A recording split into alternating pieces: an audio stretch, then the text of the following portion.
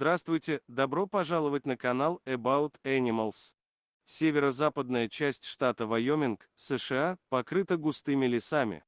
Именно здесь пропала молодая девушка.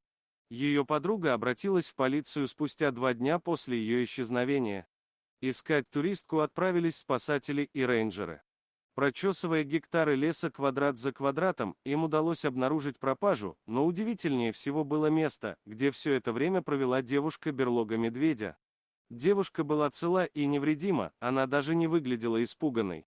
Рядом с берлогой было много следов медведя, они были свежие и говорили о том, что животное находится совсем близко.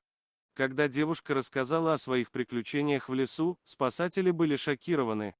Как оказалось, медведь спас девушку от ее же супруга, который решил жестоко избавиться от жены, начавшей подозревать о его многочисленных изменах.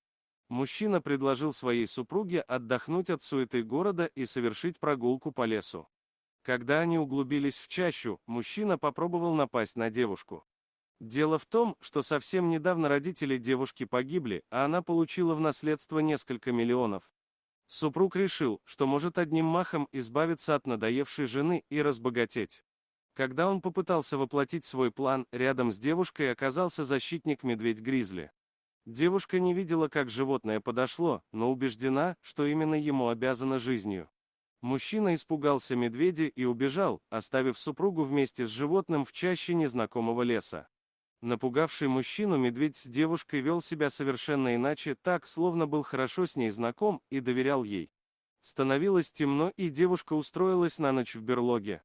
Медведь не возражал, более того, он постоянно находился поблизости, словно свою гостью. До прихода спасателей девушка прожила в берлоге 2 дня. Едва она рассказала свою историю рейнджерам, ее супруга задержали и посадили в камеру. Но гораздо больше в этой истории всех интересовал не корыстный план мужчины, а причины, по которым медведь проявил такую доброту по отношению к девушке.